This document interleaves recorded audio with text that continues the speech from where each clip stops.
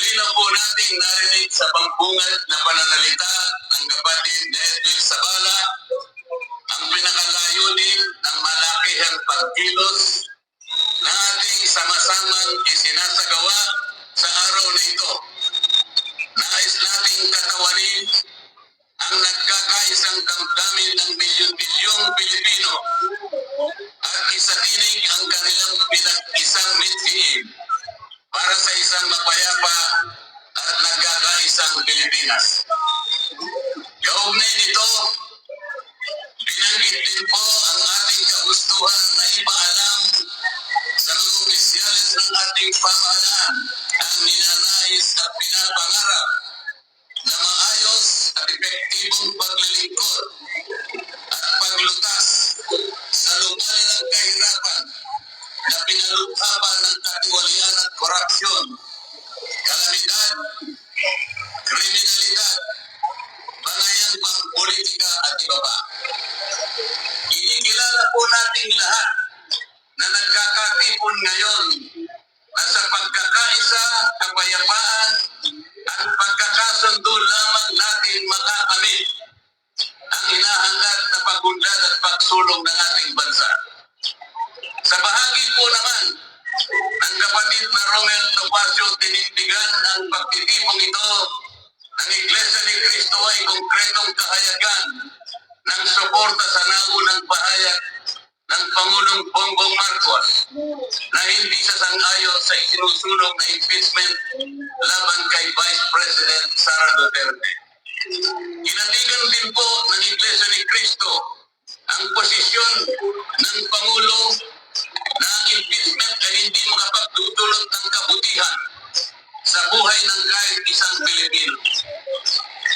Hindi lamang ito pag-aksaya sa oras ng pamahalaan kundi makakahadlang din sa pagre-resolba sa marami at pangunahing problema ng bansa.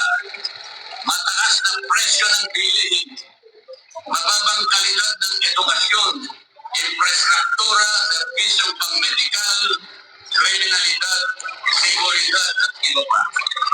Higit sa lahat, ang pagsusulong ng impeachment ay mauuwi lamang sa pagtatalo-talo at pagkakampi-kampi, hindi lamang ng mga mamamayan, kundi pati na rin ng mga opisyalis ng gobyerno. Ipinaalala rin na kapag nagtatalo-talo ang mga nasa pamahalaan, apektado ang taong bayan, at kapag magulo ang bansa, ang mga tao ang kawawa.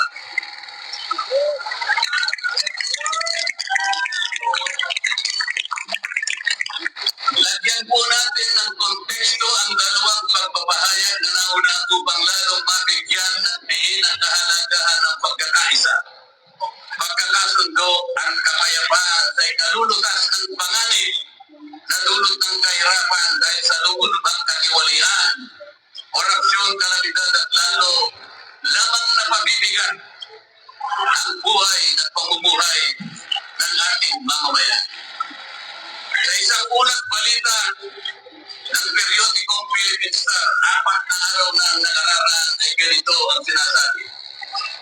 Based on a recent SWS survey, an estimated 17.4 million Filipino families consider themselves poor in the last quarter of 2024.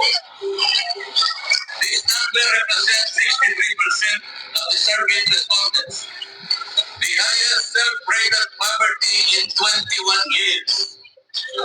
Across the country, Mindanao had the highest self-rated poverty at 76%, followed by Visayas at 74%, and Luzon at 55%. Mga kababayan, sa tayang 5 ang miyembro ng bawat pamilyang Pilipino, nangangahulugan na aabot sa 87 milyong Pilipino sa ngayon ang nagsasabing sila ay mahirap.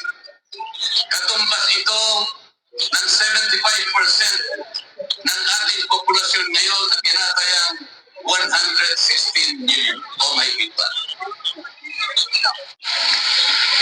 Gusto ko pong banggitin sa inyo at kailangan malaman ninyo na sa taong ito ang ating national budget ay nagkakahalaga ng 6.3 trillion pesos.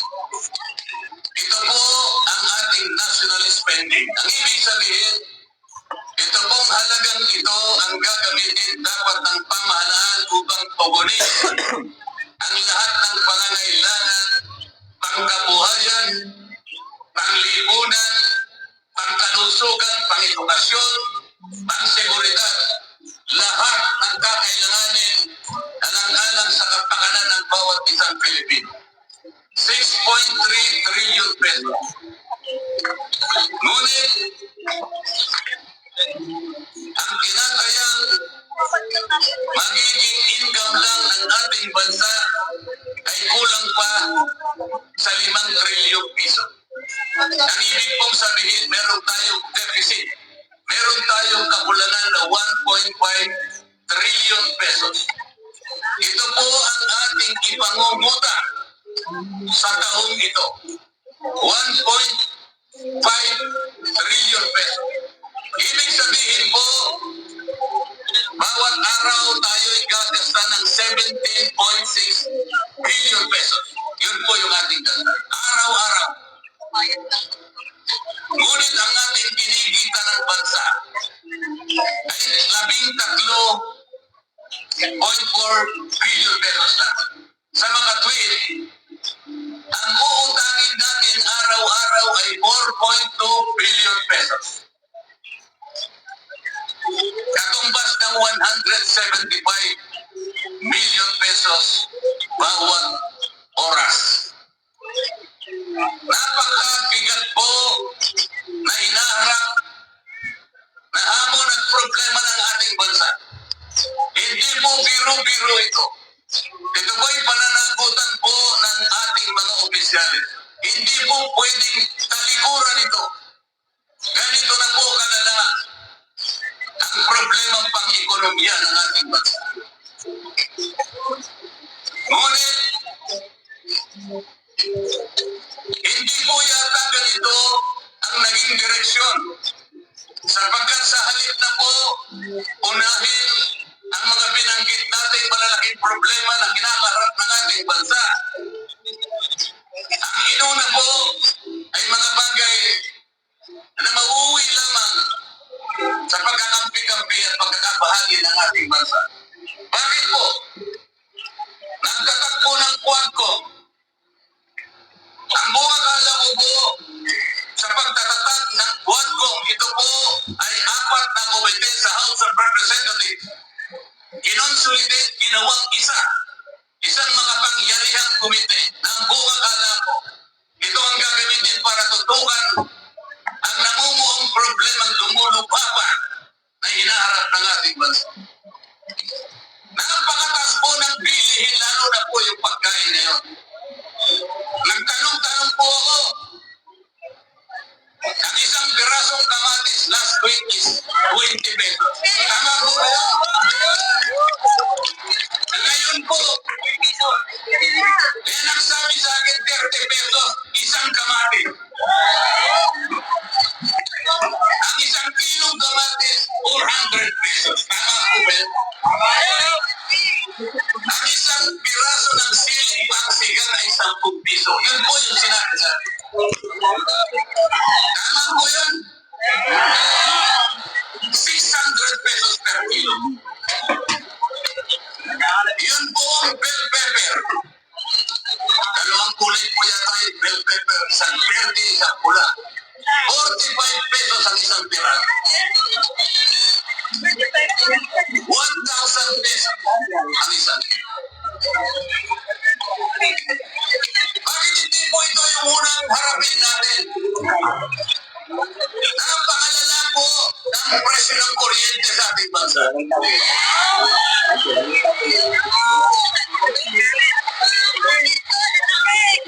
Meron po isinulong na 10 panukalang batas na ang tanging layunin ay ibaba ang kuryente sa bansang ito.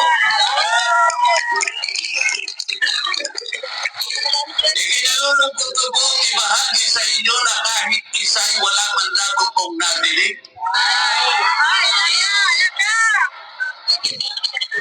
Ano po yung dininig pinatawag ng daming Pangulong Duterte pinatawag ng Quadcom. At ang ginamit na pamamaraan ay yung isinasada sa saligang batas. Inquiry in aid of legislation. Natupad po ba yung inquiry in aid of legislation? Paano po in aid of legislation kung ang tatawagan nilang resource person para humarap sa paglilitis na yun ay puro kalaban ng dating Pangulo? Alam po ninyo lahat yun. Pinagtatanong nila yung Pangulo base doon sa mga sinumpang salaysay at affidavit nung kanyang mga inusik nung kanyang panahon sa war on drugs. Hindi naman ipinatawag ang mga taong maaaring makapagbigay sa kanya ng tulong upang ipaliwanag ang war on drugs. Hindi ipinatawag ang mga solicitor general sa kanya. Hindi ipinatawag ang mga CPNP upang magpaliwanag kung ano ang war on drugs. Puro kalaban ang dating ko. Yung mga abogado kasama niya para magtanggol sa kanya hindi pwede magsalita. Sapagkat ang tuntunin sa mga komite, ikaw ay papayagan lamang para payuhan mo ang kliyente mo sa kanyang karapatan. Ngunit paano mangyayari na ang kliyente nila ay papayuhan sa kanyang karapatan kung bubulungan lang siya ay makikita siya ng isang chairman doon. Attorney, huwag mong bubulungan yan. Ikukontent kita.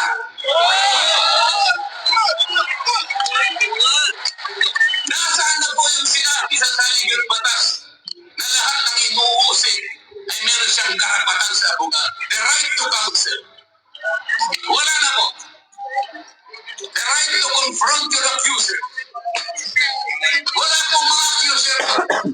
Ang ginagamit ko ay mga sinumpang salaysay, hindi man lang in-authenticate, ipinalagay na totoo lahat ang nakasaad sa mga ligasyon. Anong gagawin ng isang tao sa harap ng ganito na walang rule of law at walang due process?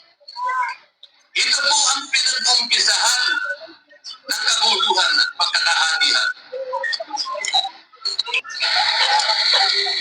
Sa kagustuhan po nila na mausig ang dating Pangulo, ayaw po nilang pumunta sa korte, ayaw nilang pumunta sa piskal.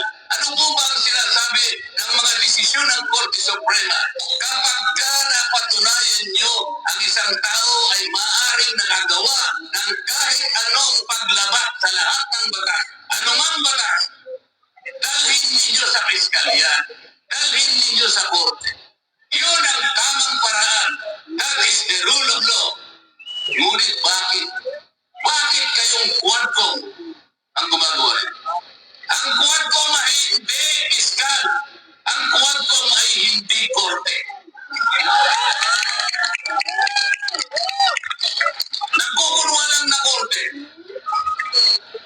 Yung mga chairman ng 4 na komite doon, wala ni isang abogado. Pero naalala ko yung isa doon kamukha ni Atty. Agaton.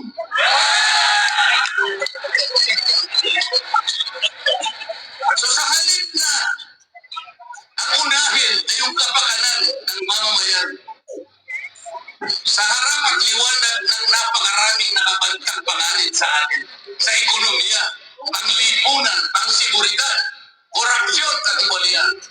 Bakit ang inuuna ay usigin ng isang tao na hindi naman ipagdadaan sa tamang proseso ng batas? Pangalawa, tinawag po nila ang pangalawang Pangulo sa dalawang pagkakataon. Una po, nang mag-present siya ng budget. Ang pinipresent po niya budget ay budget for 2025. Nakalain po ninyo ang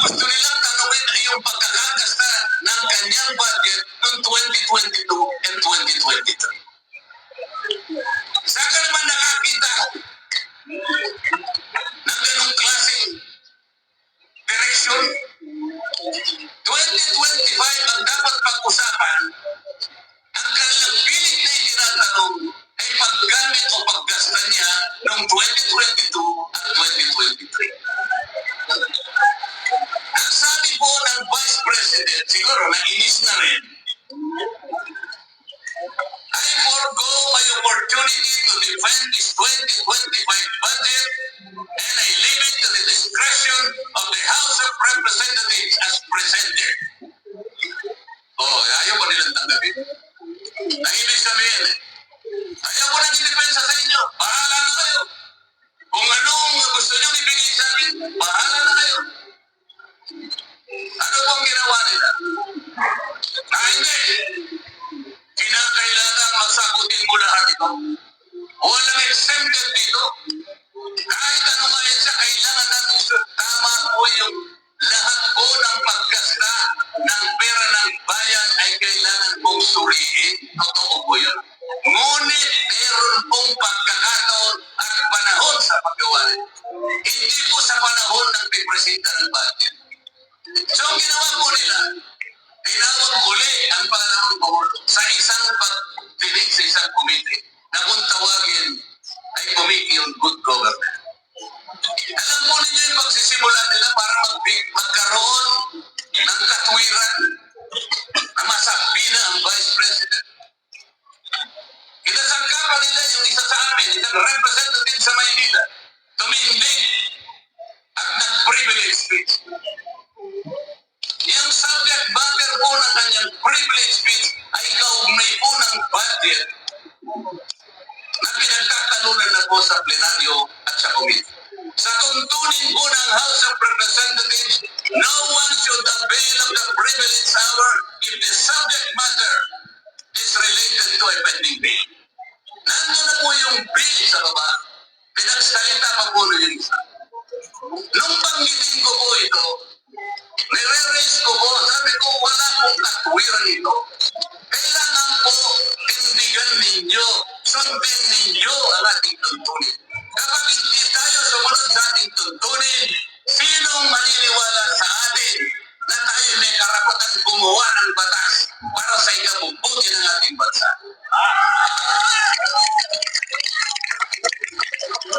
Ang sabi po ng chairman, noted. Isa ka naman nakakita ng gano'n. Ang House of Representatives ay lugar ng pagdidebate. Doon masusuri kung sino ang may katwiran. Kung hindi magsasalita ang chairman. At pagkatapos po, sinabi ko ba? Bakit pa nga ako? Dahil lamang sa isang manifestation ng isa sa amin, ginawa na naman ninyong isang motu proprio action. Yung motu proprio po ay, ibig sabihin, ang komite sa kanyang sarili ay pwedeng mag-imbestiga sa sarili niya.